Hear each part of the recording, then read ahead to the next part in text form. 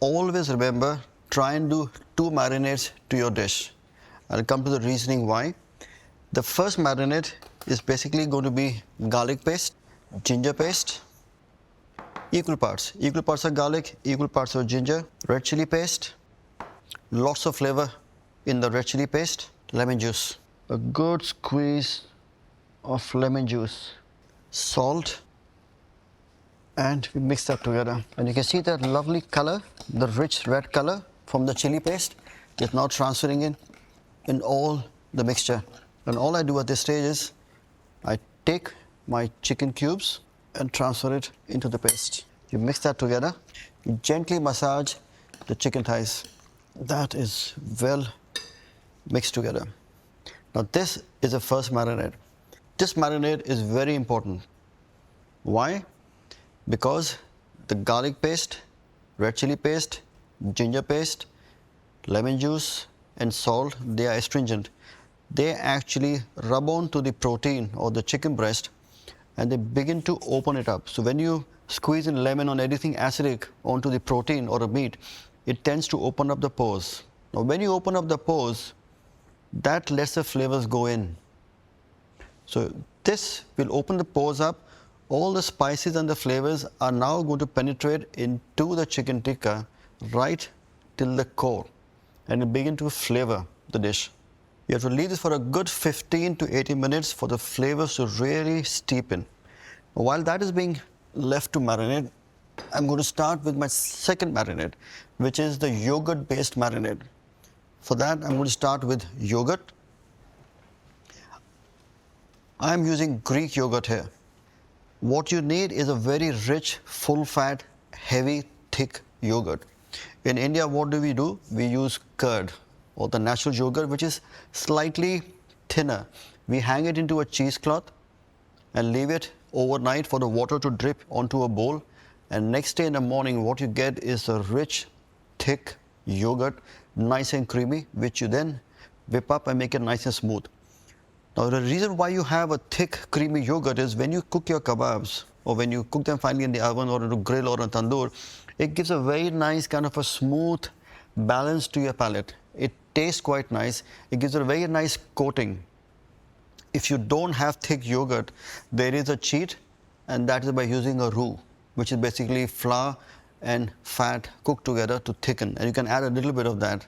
But please try and source a nice thick yogurt. It will save you a lot of hassle. It will also give you a very, very nice flavor. So to start off, put the yogurt. I'm going to use all of it. Look at it. How creamy is that? In this, I start putting flavors now. So I'm going to start first by adding red chili powder. A generous amount of red chili powder, because this chili powder is not really spicy hot, but it gives a very nice color. This is again Kashmiri red chili powder. So Kashmiri red chili powder, if you go to your Indian shops, try and source that because they will have less chili factor but a very nice natural color. The next thing is turmeric powder. Turmeric gives also a very nice kind of a yellowish orangish shade to your chicken tikka. Also, if you look at the color combinations, the red and the yellow of the turmeric, when you mix it together, it brightens up the color of the red. Cumin powder. Now again, the spice of the darker shades are going to be less in quantity. So cumin powder and coriander powder. They're less in quantity, but they are still very flavorful. Lastly, garam masala powder. I know I keep saying we add it at the very last, but here you add a tiny quantity just for the flavor, and also it enhances the entire feel to the dish. Then goes in the red chili paste, ginger paste. I've already put some earlier, but you also need to add some more right now. You want a really strong, intense flavor to come through. Garlic paste. Whisk it together.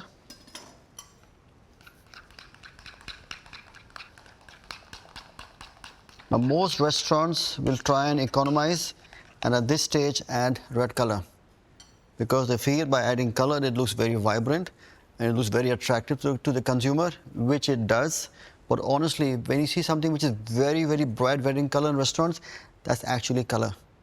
It should not be too bright and too vibrant, but a very subtle shade of a red or an orange for a chicken tikka. And I'm going to quickly taste that.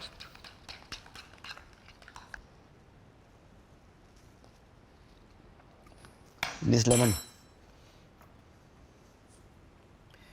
Now, sometimes when you get yogurt which is quite sour, you can skip the lemon. But this time it is not really sour enough. It's not sharp enough. I'm going to enhance the sharpness by adding lemon juice. You can use lime juice, works perfectly fine. Always remember when you're making kebabs and tikkas, they should have an acidic flavor to it. It really brings out the flavor of the protein quite well. It balances quite well. There's something about the citric juices which works extremely well with grills and kebabs. Mix that together. Wow, nice. Just about right. Second marinade done, first marinade done. A quick recap on the second marinade is yogurt. It's got red chili powder, it's got turmeric powder, it's got cumin powder, it's got coriander powder, it's got garam masala powder, got red chili paste, it's got lemon juice, garlic paste, ginger paste, and lastly, little oil.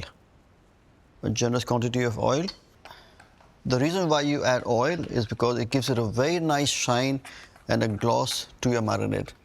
It evens out the entire marinade, makes it very smooth and easy in terms of your palate. Because this is all going to now stick to the chicken tikka. Going to stir that all together. What you can do in your own homes at times is to make the marinade in advance and keep some ready. This will last into your fridge for a good 3 or 4 days. It will not go bad. Only thing what I would say is do not eat this marinade on its own. Don't treat it like a raita because it's got raw purees in it and it's got raw spices. It needs to cook. Okay, so this is now ready.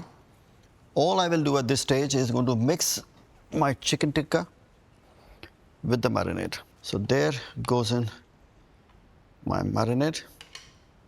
I won't put all of it together. I want to see if I need to add more. I can always add more. That's enough marinade just so that it covers the chicken and it soaks the chicken and lets it absorb. This has to be kept for at least 6 hours for it to absorb all the flavors. Ideally, if you can, leave it overnight. So if you're having a function or a weekend on a Sunday at home, make the marinade on a Saturday. On Sunday, you can then cook it. It'll taste better. But please keep it for at least 6 hours for it to really absorb all the flavors.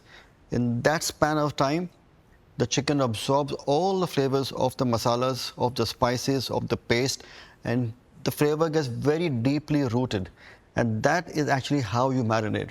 So again, I'm going to go back quickly on the 2 marinades. The first marinade is to open up the pores for the flavors to go in.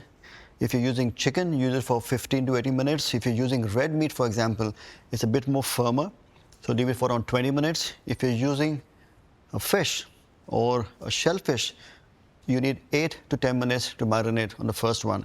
If you're using vegetables, you don't need to have a first marinade.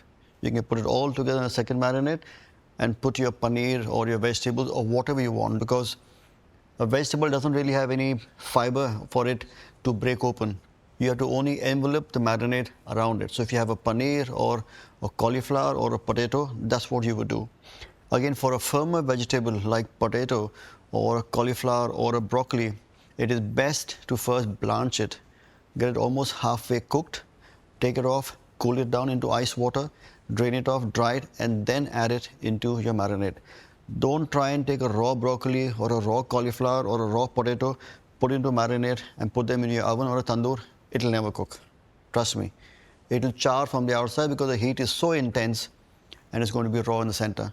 Always cook it halfway through or blanch it till it is half. The marinade is all ready.